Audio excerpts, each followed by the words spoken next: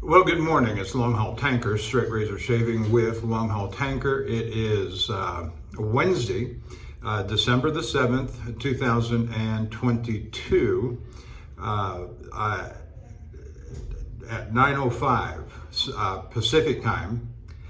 And I am in Tehachapi, California, at the Luz truck stop here, and had a nice hot shower this morning, and I got the clippers out and buzzed my head. And I want to appreciate everybody. I want to say thank you to everybody that's sending comments, hitting the like and subscribe button over at YouTube, and thank you for watching me there. Or over at the Shaving Cadre, www.theshavingcadre.com. Good bunch of folks, so go over there and take a look at them and join us, and I am happy to be a part of them and do my little bit for promoting the channel. They give me a platform, and I say give me, that's all it is for us to go post our pictures and videos and comments and say how much we love straight razor shaving or other forms of shaving, and what tools and equipment that we're using, and it's just fun. Well, I don't have to come up with a 25-cent word. I see inflation, Biden, that'd be a $2.50 word to describe how much fun it is to be doing what we're doing. All right. So the equipment today, I do have some stories to tell. One fella says to me, he says, I want to hear the stories. and so that's fine. I've got some stories to tell. So I don't know if you noticed the transition from my number 1 roll-up to my number 2 roll-up, 7 razors. But my number 2 roll-up is my Wyatt collection. I named that after my grandson because my daughter, in repayment to a debt to me, bought me all 7 of those razors that went into the Wyatt collection. Very nice brown leather roll-up from Mountain Mike Leathers in California somewhere.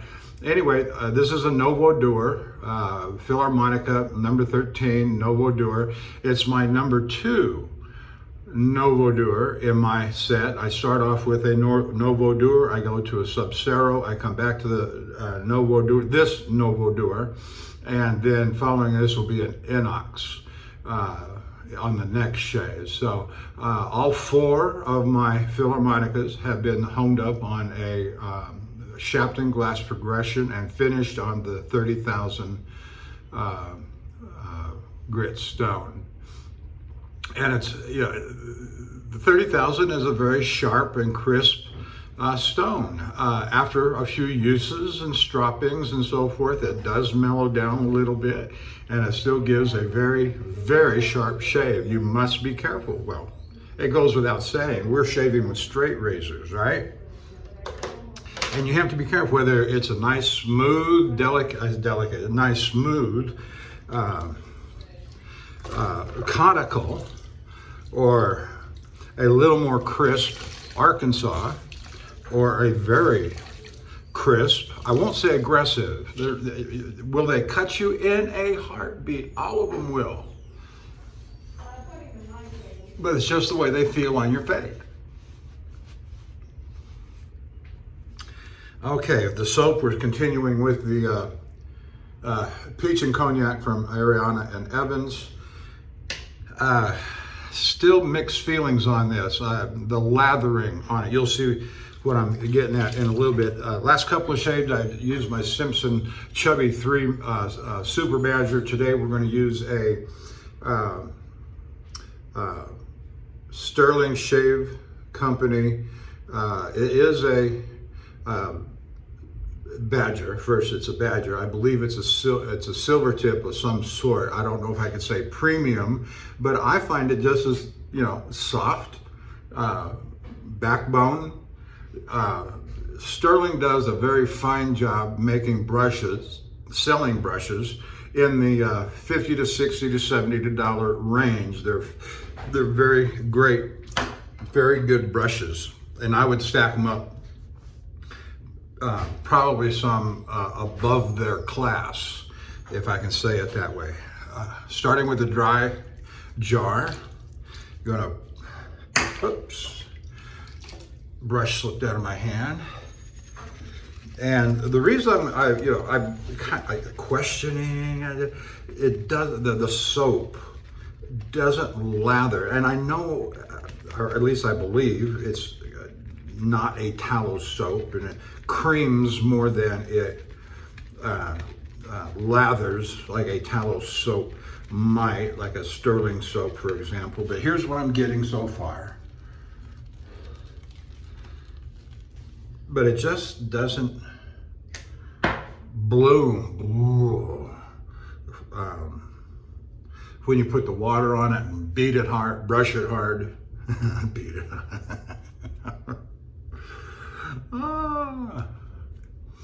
I'm feeling good this morning.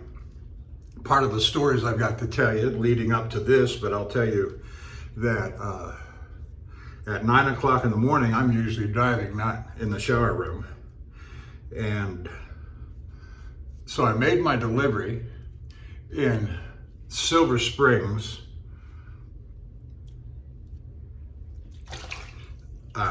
Nevada yesterday morning. Got there at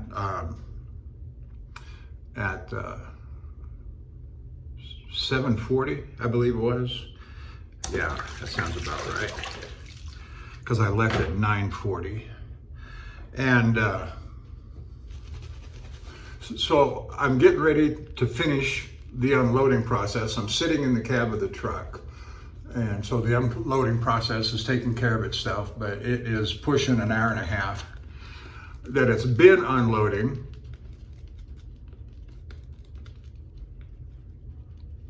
Hadn't heard a word from my backhaul dispatch manager, which is different than the primary dispatch guy. One deals with the primary hauls, the other deals with backhauls after the driver's already out on the road.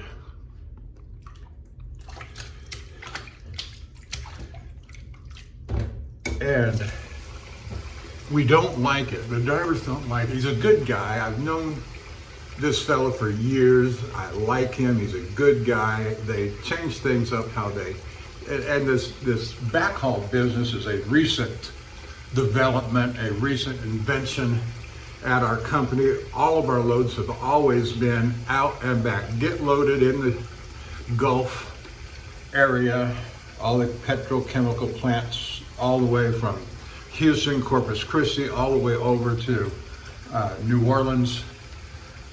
We get loaded in that vicinity, and then we head out to parts unknown to make the delivery. And come back, we get delivered, all across the US and Canada, and we get delivered and we come back to the yard empty. And it's only been within the last 3 or 4 years that they developed this backhaul strategy, which coincides with all of the growth and development of satellite terminal offices around the country in different locales. And I won't go into that strategy. And so nonetheless, we started having more backhauls. All right, fine. What's this? So there's the lather. That's about as good as it's going to get on that. And to me, that looks too creamy. I got no, what I call real lather. No offense to I take no remuneration. I buy all this stuff out of my own pocket. I will say what I please about it. And that's my impression.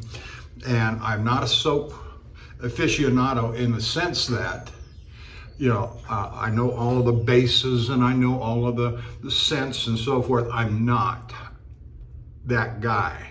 I either like it or I don't like it. I like the scent or I don't like it. And I'm going to tell you, it's just my impression of the stuff as I buy it and use it. So there's that disclaimer. So back to the backhaul business. The guy calls me at the last minute. In fact, while I'm on the phone with him, the operator comes over to me, knocks on the door and says, "Yeah, you're empty, you're ready to go." And so that's just how close in timing. He should have called me respectfully. He should have called me at least 24 hours, if not 48 hours in advance. Now I've got a fan right here by my head. You can't see it, it's just off camera. But as I raise my hand, I gotta be careful. So I'm gonna step over. And so here's how the call went. He said, "Do you want a backhaul?" And I said, "Well, that depends."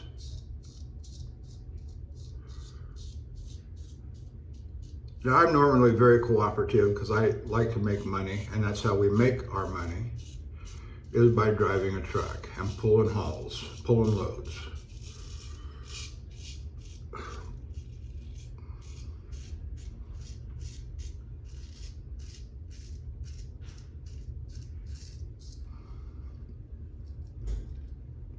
But I also like routine too. I don't like surprises at all on the road.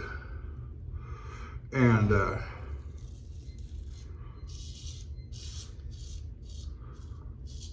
in other words, when you leave the yard, you have an expectation of how the thing's going to play out, how the load is going to run, how the delivery is going to go. And if you're not informed ahead of time that there's going to be a backhaul, you're not expecting a backhaul. And because we've always done out and back hauls, loads,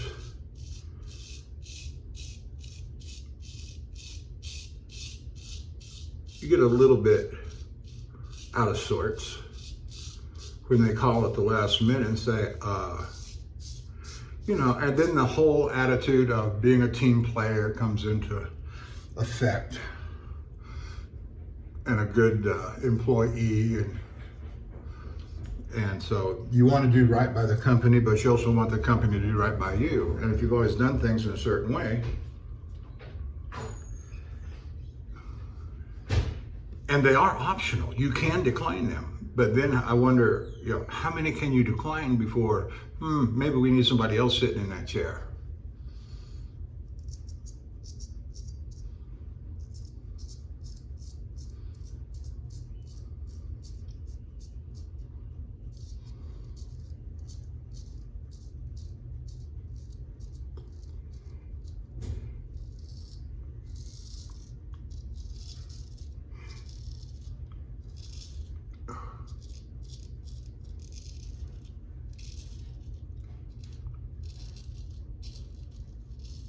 And before you know it, you're a regular line haul driver, which means they put you out on the road for 3 to 4 weeks at a time.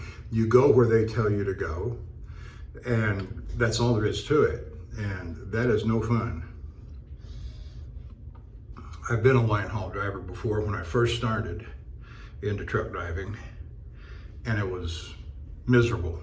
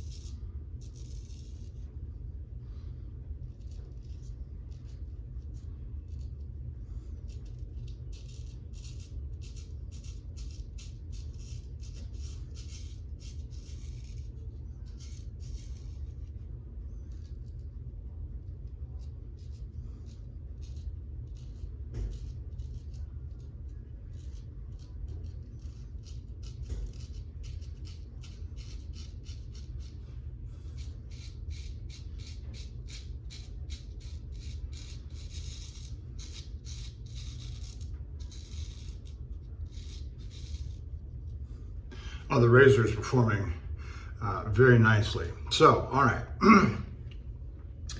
And I'm sitting there in Silver Springs, and the backhaul dispatch manager, he says, I've got a load available out of Cedar City, Utah, and you've got to go to Salt Lake City to get washed out, and it's about 4 hours or so down to Cedar City, and that's on the next day. So I would have driven to Salt Lake City yesterday and today, get washed out in the morning, tomorrow morning.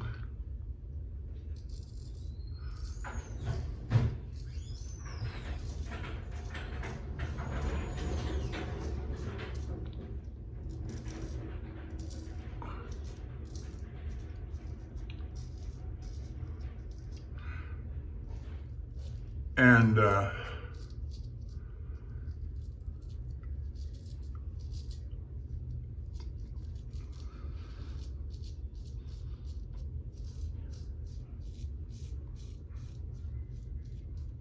go to the Love's truck stop. There is a Love's truck stop in Cedar City. And so but it's only got 47 parking places. That is terrible. Got a banner that's popped up here.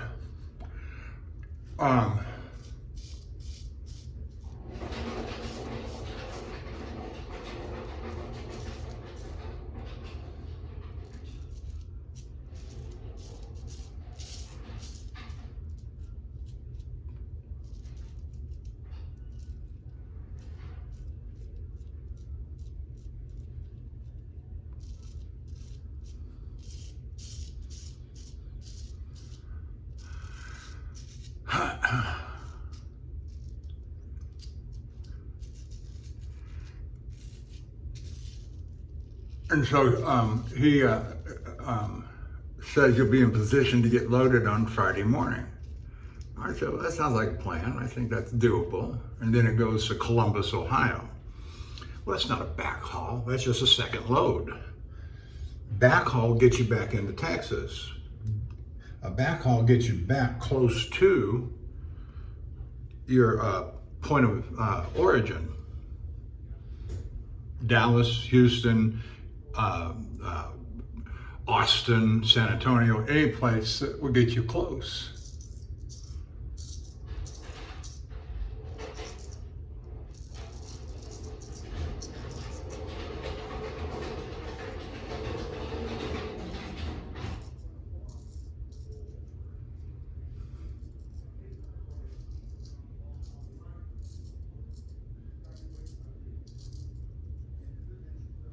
Then what I've heard that they try to do is that once you get over to Columbus, they make your delivery, then they want to get you in over at Cincinnati and get a backhaul that actually does bring you back close to Texas. But, you know, all of a sudden you're caught up in the loop.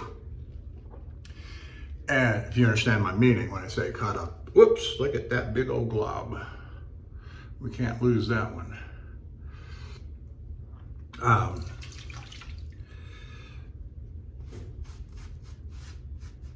And I said, well, I'm open to it, to be sure, but there's no San Diego loads. You know, I've done that before, coming out of Silver Springs. Go over to the LA Wash Rack in Vernon on the southwest side of Los Angeles and get washed out and go down to San Diego. It would be basically the same washout routine. Anyway. And I said, all right, I'll do it. Not crazy about it. And lo and behold, about 10 minutes later, he calls me back and said, I got good news and I got bad news. He had told me that there was no, he had inquired, there was no San Diego load available, and that's all he had. All right, I'll take it. 10 minutes later, he calls me back. He said, well, I got good news and I got bad news. And I said, okay. He said, well, the bad news is the Cedar City load has dropped dead. It's not a load anymore. Which happens, you know, for whatever reason, storage capacity, you start putting the pieces of the thing together and some element of the process falls apart. No, we're not ready. We don't have 7,000 gallon capacity. We've got 3,000 and we're not going to get down to 7,000 for 10 days or whatever the problem might be. He says, but the good news is, no sooner had we spoke that a San Diego load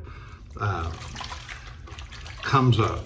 And when I say San Diego load, it's from the same shipper. It's a route that it's a company and a route that I'm very familiar with, where I'll be getting loaded.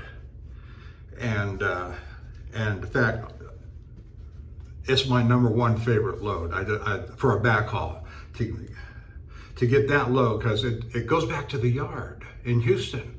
I don't have to fool with it. I can take it, it's easy peasy. I take it back to the yard. It's 2.5 to 3 days back to Houston. And I can drop it on the yard and be done with it. Woohoo!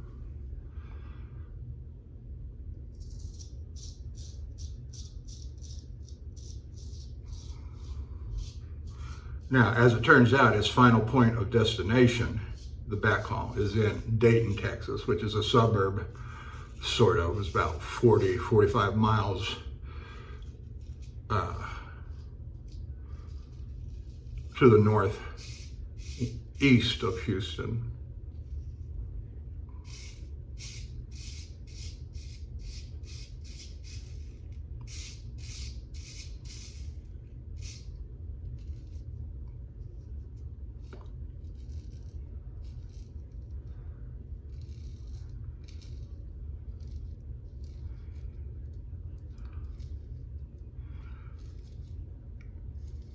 And so, to take it back to the yard is a pleasure. Just take it, get loaded, take it back to the yard, take my time getting home, don't have to bust my backside, I don't have to get up at 4:30 in the morning to make some time schedule. Oh, this razor's just doing beautifully.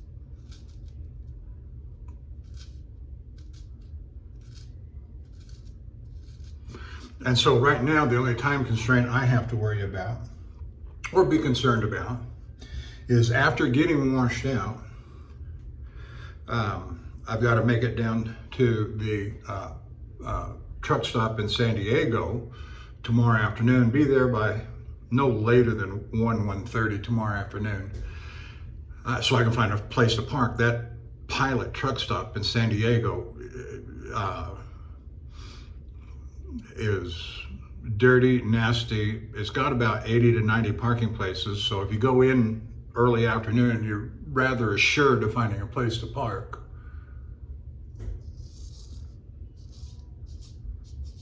At least that's the way it's been.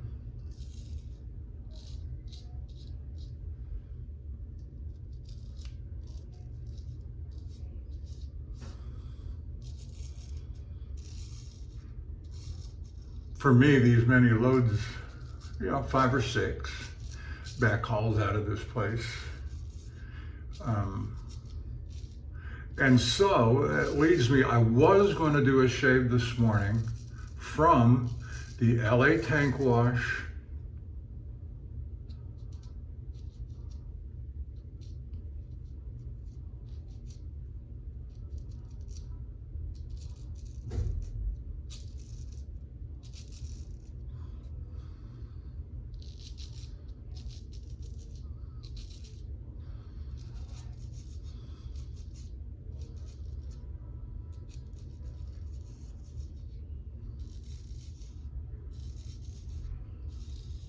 and I've done a couple of shaves from there already, and you know, walk from the truck, walk down the little pathway that gets you back to the little restroom back there, and I thought to myself, I got in here about 6 o'clock last night, and which would have made me, according to my DOT time clock regulations, that would have made me eligible to take off again after a 10-hour break or more. By 3 o'clock this morning, approximately, to 3 or 4 o'clock this morning. And I thought, well, I'll just get in there early because they open at 6 o'clock, LA Tank Wash, Wash Rack. LA Wash Rack is the proper name.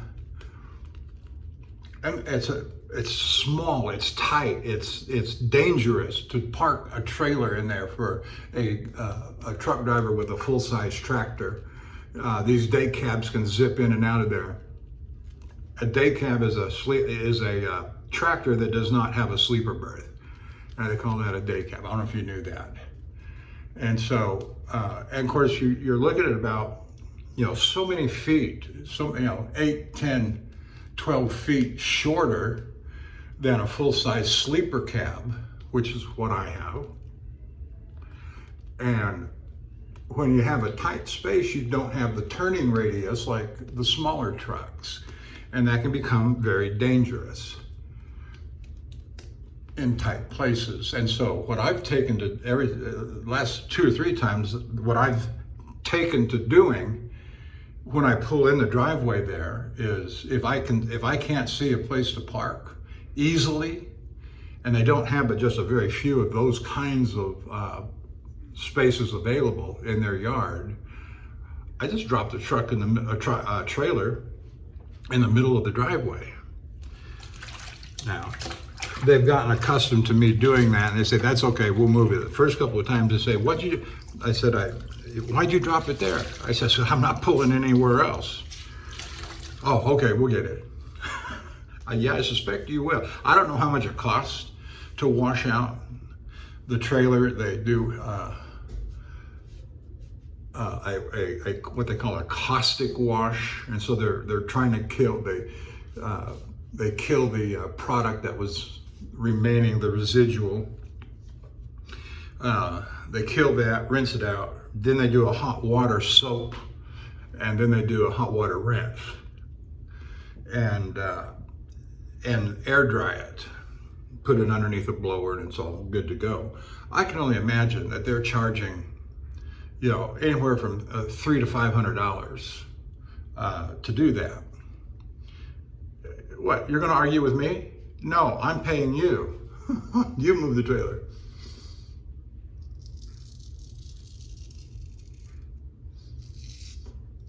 And so I got up this morning, well, take that back. As I was getting ready to turn the light out last night and set my alarm for this morning,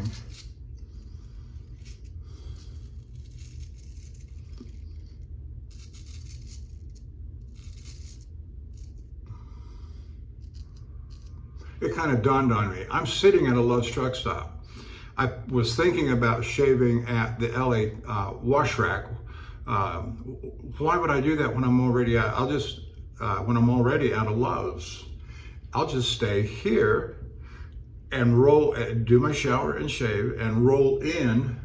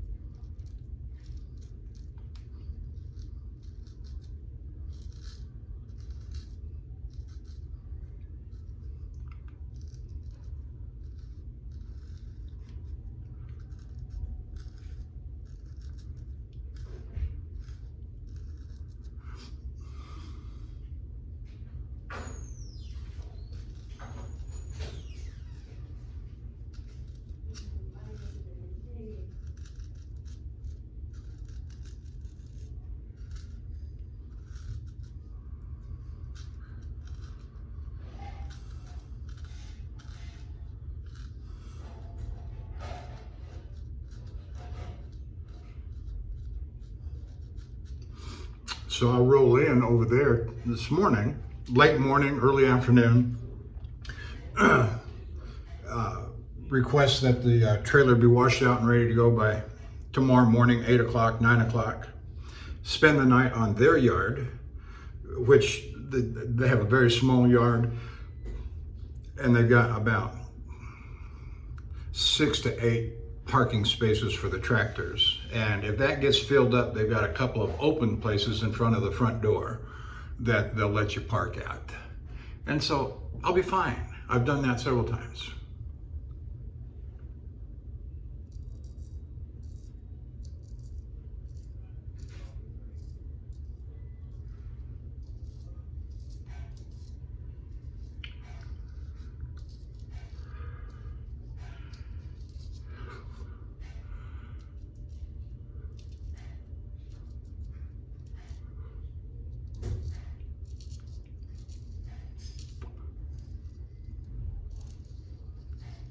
So it didn't make any sense for me to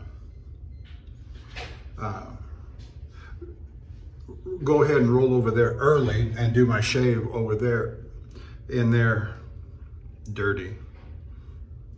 You know, when I've got excellent facilities right here at the Loves at Tehachapi.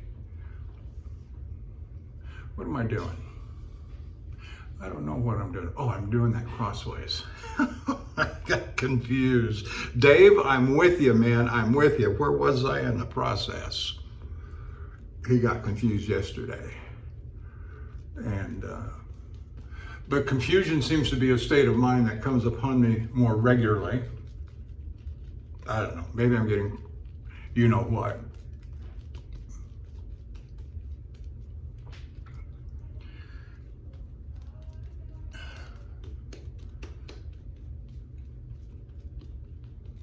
Or it's just because I don't give a care anymore about stuff. I really don't. Does that mean I'm getting old? I don't know.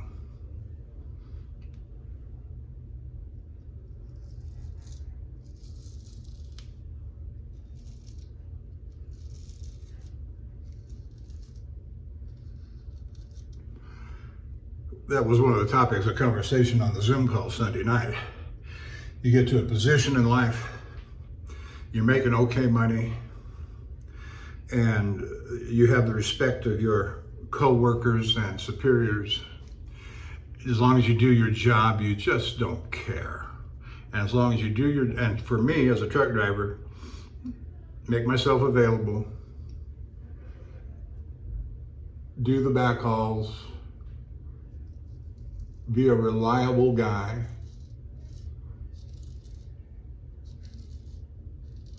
have a good driving record, don't damage the equipment,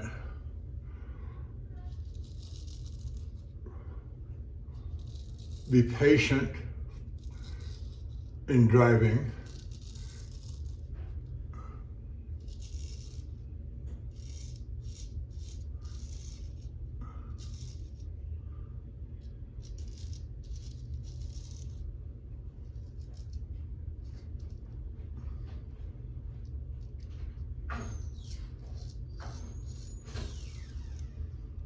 don't get easily rattled.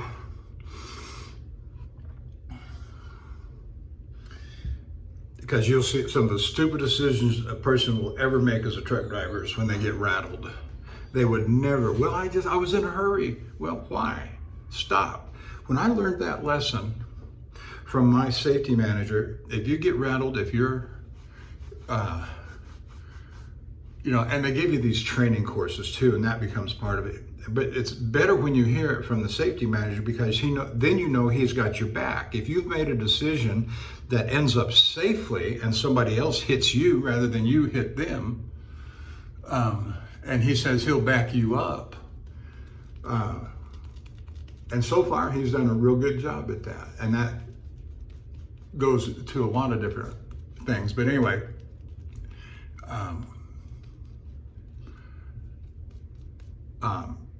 you're not going to get in trouble as a truck driver if you make a decision out of caution and patience rather out of being confused and hurried.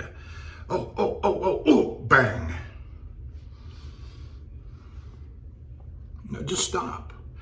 I had a truck driver friend of mine a few years ago who was in the middle of Montreal, and he got confused about which way to turn. And he just stopped, and he was in the middle of an intersection and blocked traffic. And finally somebody came over to him, and you know, my friend speaks a little French, and the other guy, he spoke a little English, and so between the two of them, they got it worked out. But he figured out where he was supposed to turn and where he was supposed to go, right there in the middle of traffic, blocking an intersection in Montreal. I just thought that was the funniest story. So if in doubt, don't, is a takeaway on that. So anyway, I've got a backhaul out of San Diego. I'm headed to the LA wash rack. Be there by about noon, 1 o'clock today.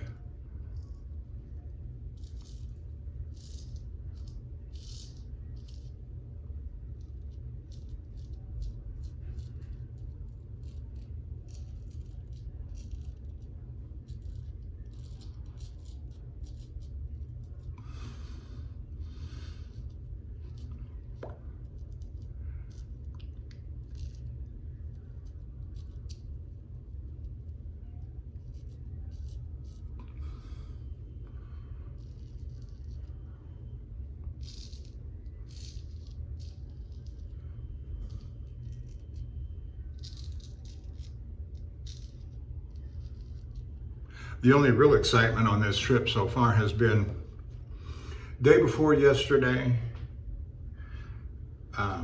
Let's see, today's Wednesday, right? I have to look again. Yeah, Wednesday. And then Tuesday afternoon, when the snow was flying, coming across Wyoming, and that.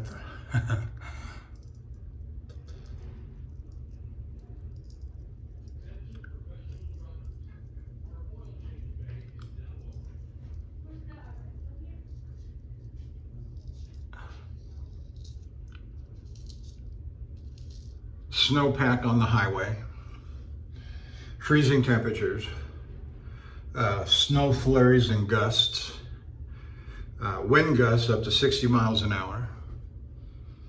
And Wyoming takes their wind gusts very seriously.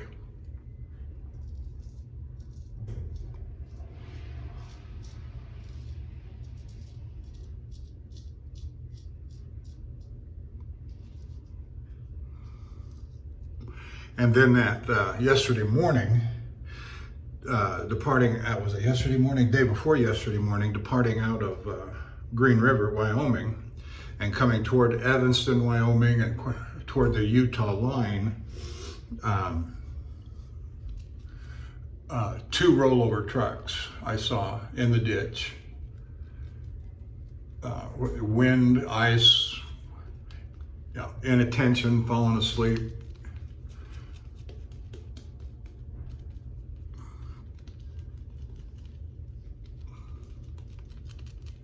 And anymore, I will tell you, I just refuse, if I'm in a position to do so, and for the last several years I have been, I refuse to drive at night.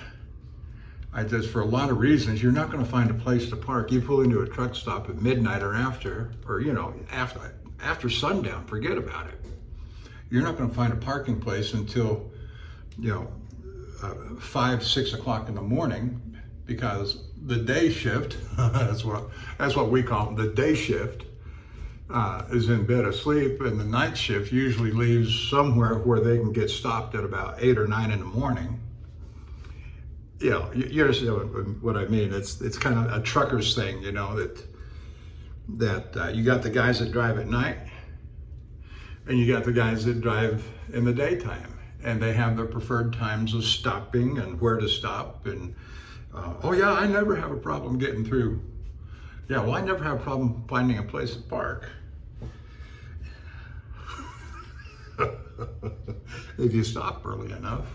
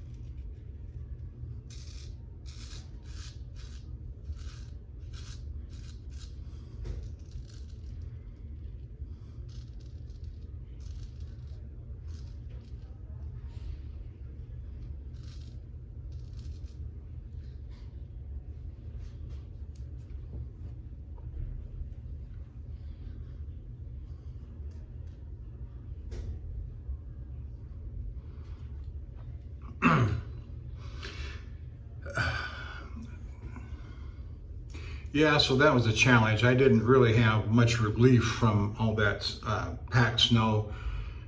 It started breaking up, got across the Utah state line. I'm coming down. I don't know if you've ever driven Interstate 80,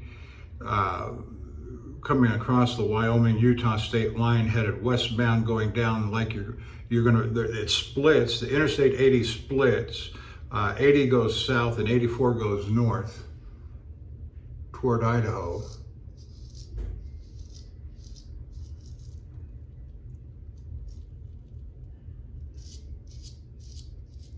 '80 goes south and west towards Salt Lake City. One of the most beautiful drives, those high mountains and those rocks, those red rocks, if you've ever seen them.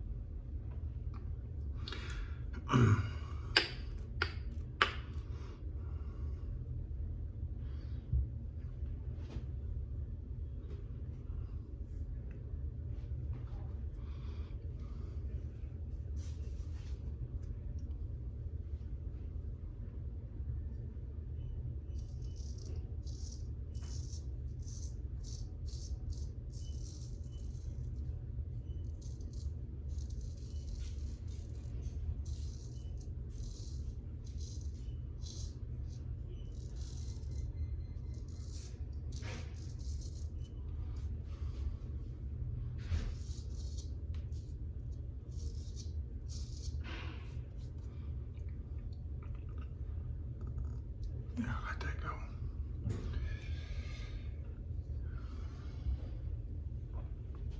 So be sure to watch the channels that I make mention of from time to time, almost every time, but anyway, Handlebarber Dave and Major Rich and Nurse Dave and Bill M and The Cutthroat Journey, Shooting the Shave, and Lukey 3262. Be sure to check out their channels. They do a good job with what they do. You know, some of them do shavettes, some of them do straight razors, and every once in a while Dave will do a DE, and whatever suits your fancy, you're going to find it at the Shaving Cadre.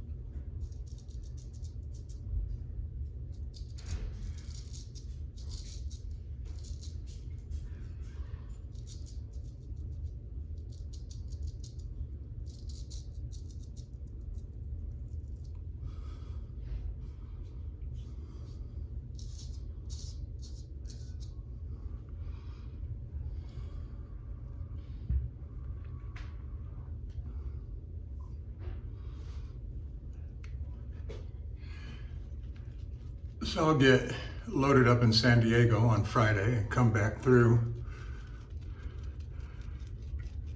on Interstate 8 down toward Phoenix and Eloy, Gila Bend, rejoin Interstate 10, go through Tucson,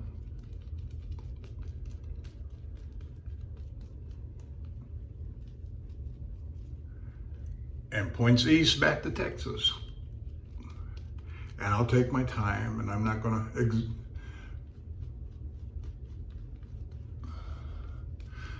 exhaust myself. The soap is doing well as far as it being cream, a sort of lather. You're not going to get a big head of lather.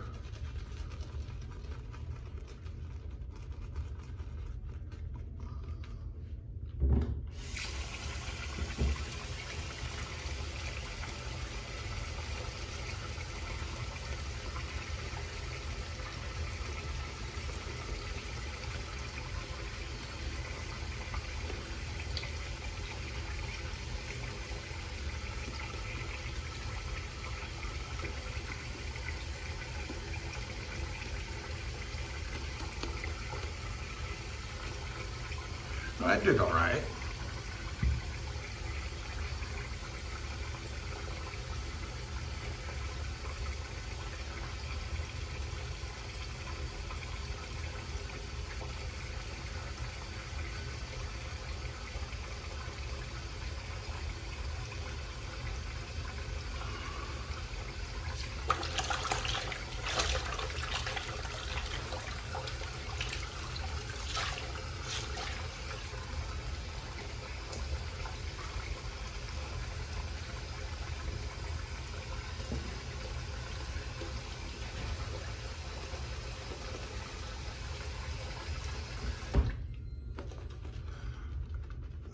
I just ran some hot water and I'm trying to feel the heat and load this lather up to see if I can get some good heat on the face.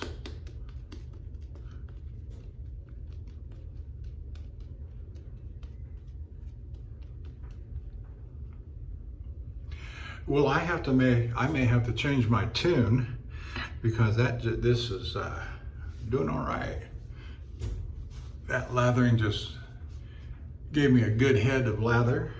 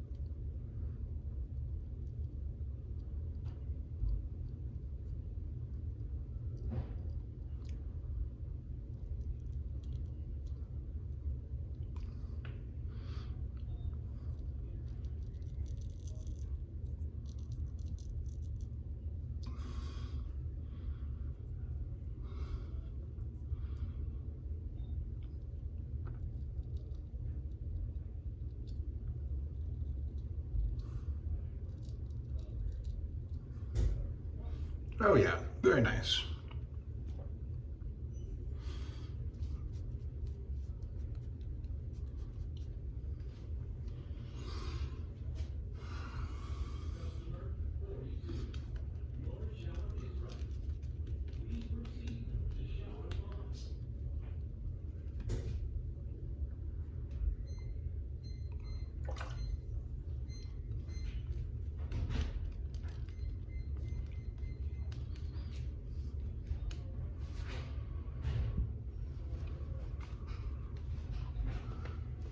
I am going to do a head shave. Why not, right? I used the clippers this morning and got a nice little haircut on the sides. So I just as well. Of course, that's my regular routine anyway, isn't it? So this has been a good run. Even the snow and the ice was what I call sporting. And, you know, I'm of the opinion that that's one of the ways that I keep my value up as a driver, is that I'm willing to take the snow and ice runs. Now, we don't chain our trucks. It's against company policy, but we are required by law in the western states to carry chains. And we do get paid for what's called inclement weather shutdown. And so if the chain law's in effect in the mountains somewhere and we got to go over, no, we don't have to go over. We go find a truck stop.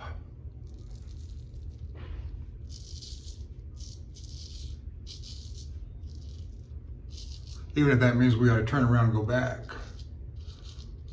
Because there's always a turnaround point at the chain up area. The officers are not going to mandatorily require you to chain up. Well, you either chain up or you turn around here and go back. Okay, fine, that's a good option.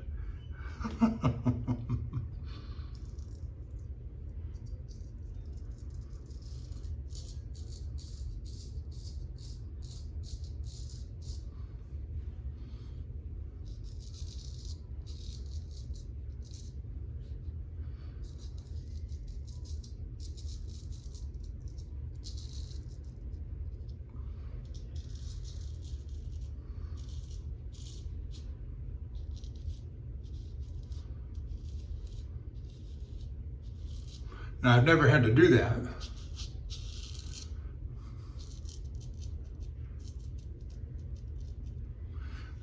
In my experience.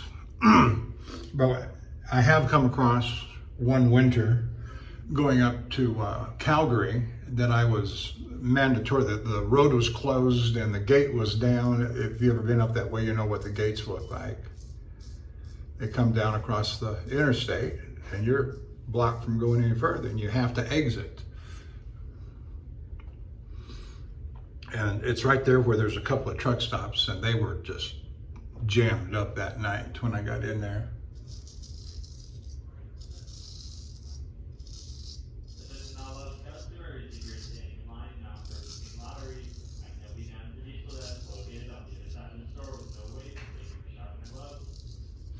I don't think I did this stroke earlier. I think I overlooked it.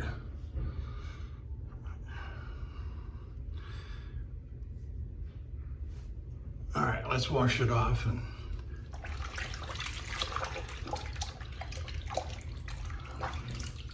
move on to the head shave.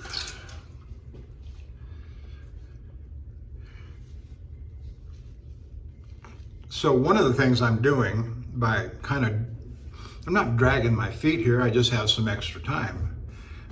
And so I'll drive 2 hours. I'm about 2 hours. I don't think I said that earlier. I'm about 2 hours from the LA tank wash. And so I will drive 2 hours and stop for the rest of the day. And so all those hours that I have available to me today roll forward. Does that make sense? Roll forward. And so my 70 hours in an 8-day period get extended by that many number of hours. And that way, now I left on Friday, so day number 8 is Friday, but I haven't exhausted all my 70 hours.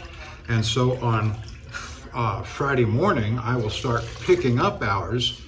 Going back to last Friday, how many hours did I use? It was about 3.5, 4 hours. So I will pick those up and add them to what I have remaining from my original 70. And from that point forward, I get to pick up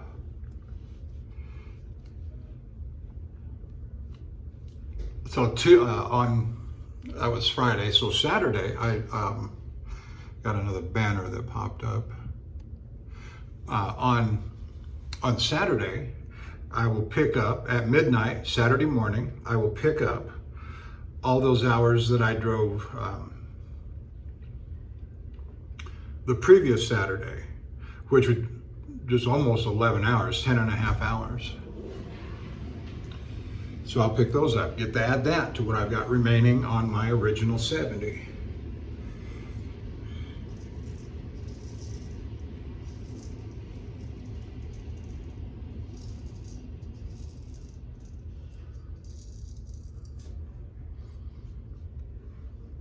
That little stroke right there, coming across the jawline, gets that problem area that I've got right under my chin, and this just feels just as smooth as can be, almost.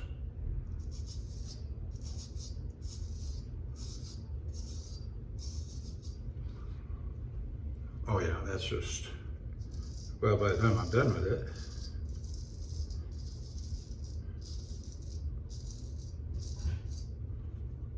yeah. That just feels so, So I'm glad I made the decision to do my shave this morning here at the truck stop. So rolling hours it's a mathematical game, and it's easy to keep rolling if you understand the rules.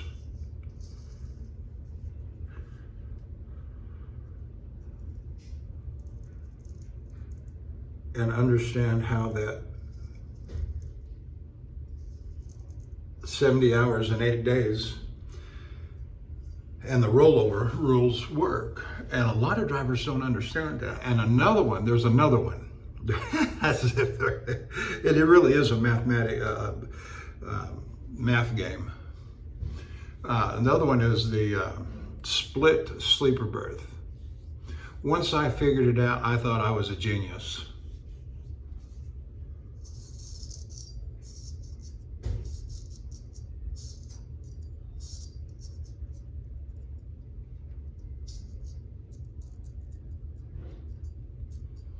But there's a part of it that the rules don't tell you, and it should, because it helps make the whole thing come into focus. And I'm not going to try and explain it here because it's not exactly complicated, but it takes imagination, and that's where some folks fall down. All right, so we're done with the filly. Dip that in the water, you get a little water on it, wipe it off with my dry rag.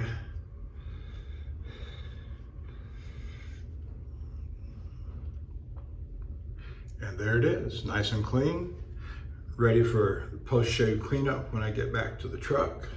Set this over here to the side. Oops, look what I just did.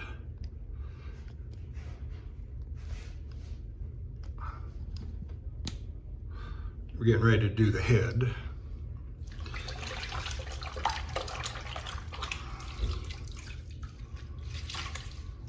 I look for that little audio marker when I'm doing my editing to insert the little head shave banner that I put in. Here's the head shave.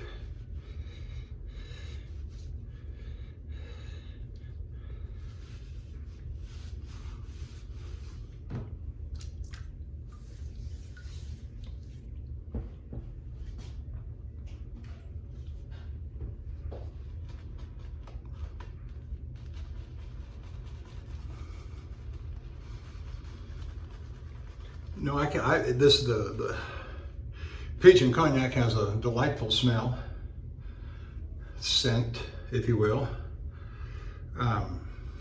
And it lasts too, it lingers. The smell will linger in my brush for at least 2 days, unless it's used again.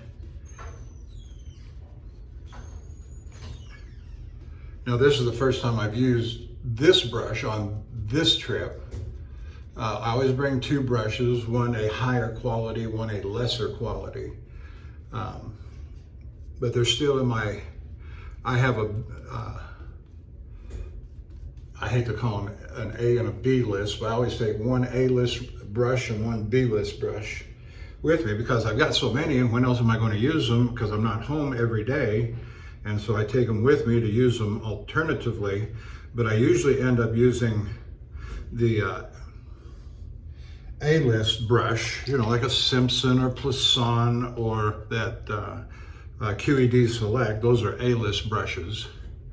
And then I have 2 or 3 Stirling brushes and 2 or 3 Elite Razor brushes that I put together. One of them the fella put together for me. And they're good brushes, good knots. I'm not complaining one bit about that. But they just don't compare, in my opinion. The brush is fine, the knot is fine, but the handle and and you know, call me a label freak if you want to, but that's why, that's one of the joys in this game, is being able to buy the label.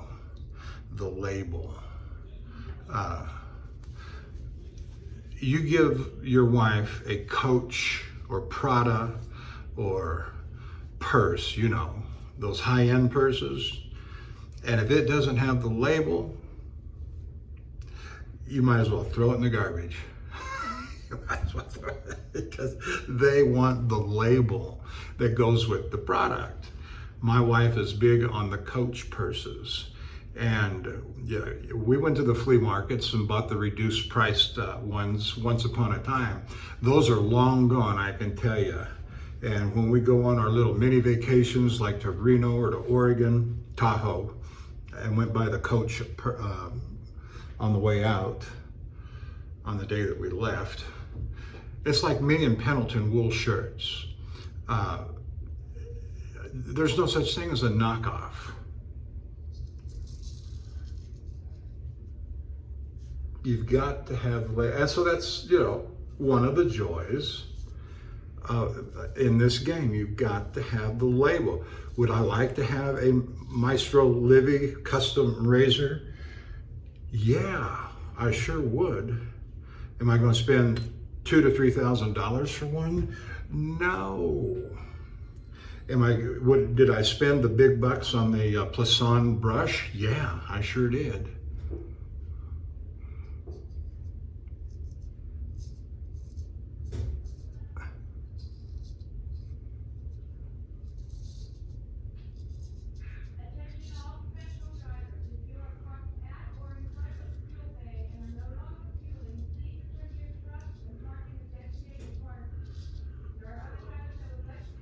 You know, they always make these announcements over the intercom, you know, if you're done fueling, move your truck forward or park in a designated parking place. They might as well save their breath. As my wife says, they might need that oxygen one day, because truck drivers are going to do what they want to do. And there's no consequence. Yes, it's a courtesy, and one should not block the fuel lanes. Fuel your truck, move up, or go get parked somewhere, designated parking place. Otherwise, you're just blocking everybody else, and nobody likes that guy. And if you leave your truck you pull your truck forward on the truck line, and you go in and you go order food, at the little restaurant inside and you take 20 minutes and there's a long line and you're standing line, that's a big no-no, you know, in terms of courtesy. But people do it all the time and you're stuck there behind them. There's nowhere for you to go. You can't back out. You're, you know, 60, 70 feet long. Where are you going to go so you can get going? You're on a time schedule. Nobody cares that you're on a time schedule and you're running low on time and you're not yet.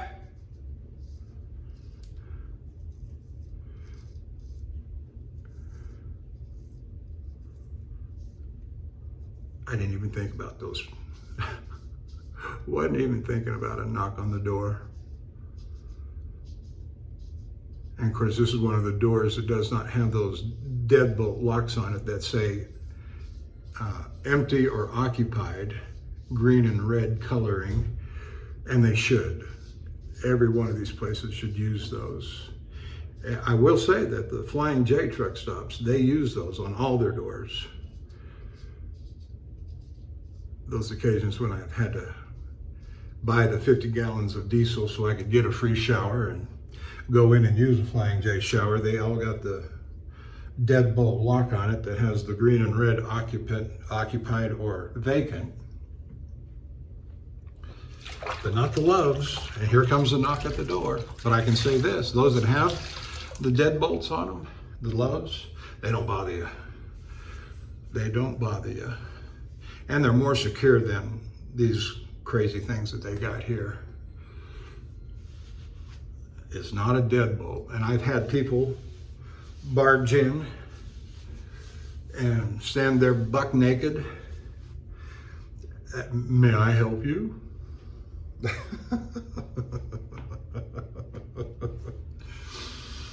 All right, let's trim it up.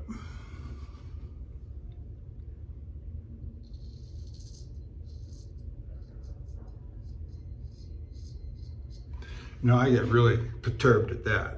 I think that's a grotesque violation of privacy. When they come in on you,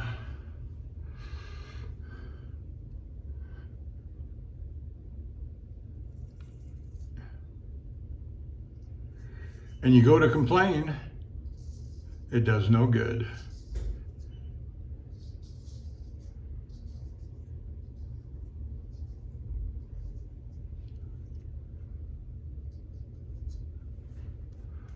Yeah, I got a nice line right there.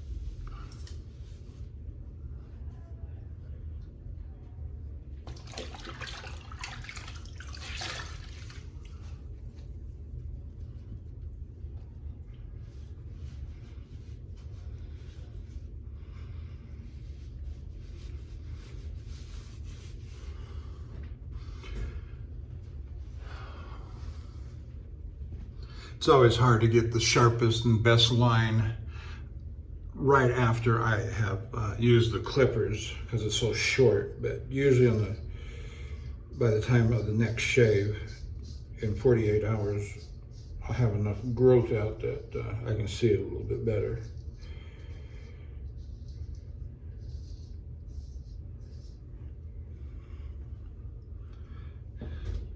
But I have a nice smooth face to, you know, I'm one of those guys that can't keep his hands off his face after he shaves like this. It's just, that's part of the fun, that's part of the mystique of the whole thing, and I just love it.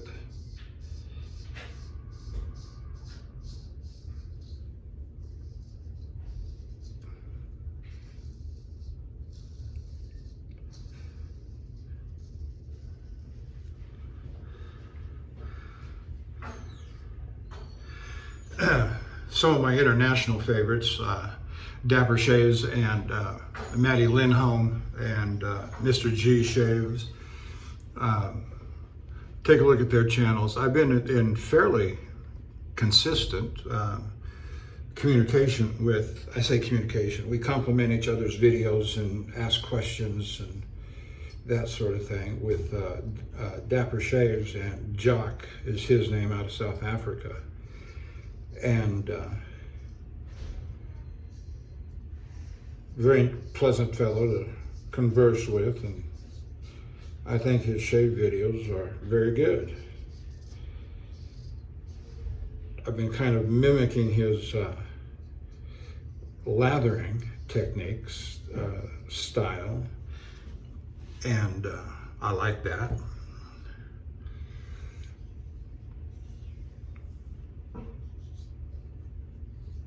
And he knows it too, that I've been doing that. And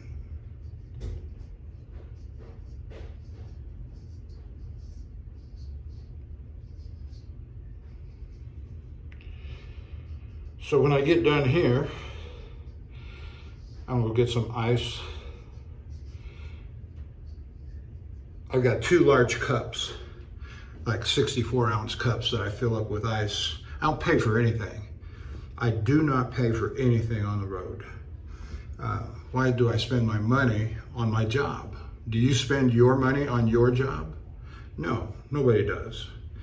But sometimes people, yeah, that's 50 cents, please. Well, not here, if you use your own cup. And so I have 2 large 64-ounce cups that I fill up with ice, and I have several bottles, 32-ounce bottles that I fill up with filtered water from the soda fountain. I don't know how often they change those filters, but I hope it's regular, and I hope they have some sort of, maybe the vendor comes in and changes those regularly, whatever the schedule requires.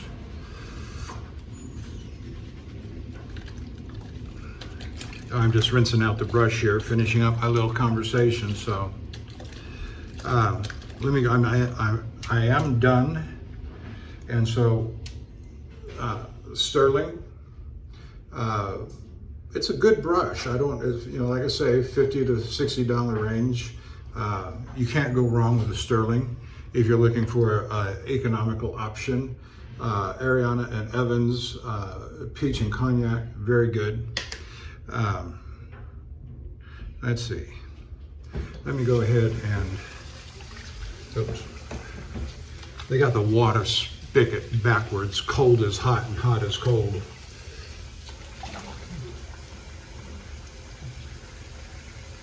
Doing a cold water rinse. Got my alum block here, Osma.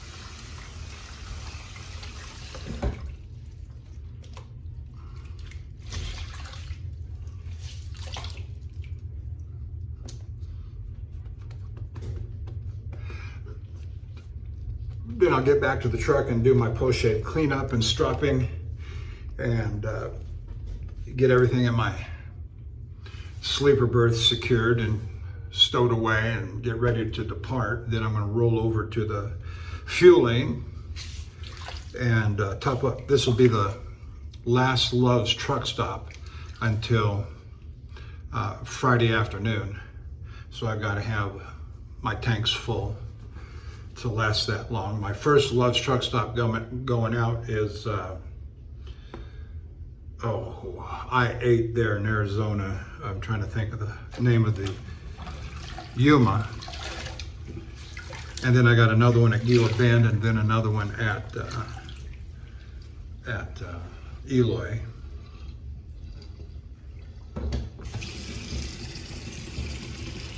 And so for 2 days, yeah, I'll be down to about a quarter tank. I carry about 175 gallon. I can usually shove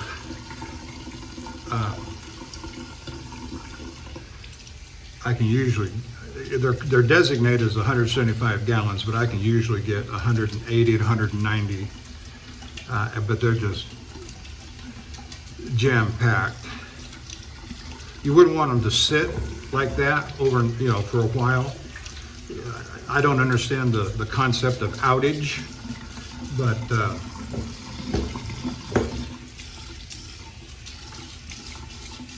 diesel will expand, but I don't know how quickly it expands. And I've never had a problem with it overfilling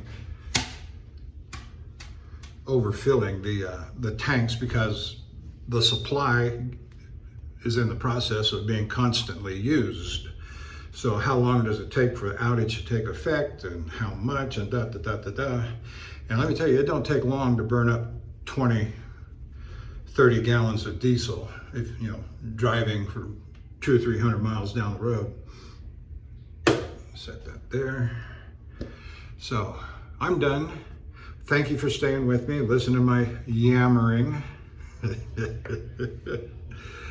I always enjoy these videos. That's why it's so hard for me to slow down on them, because I just love straight razor shave. I love all this stuff, like all the soaps, all the brushes, all the razors. It's like a kid in a candy store. I love it.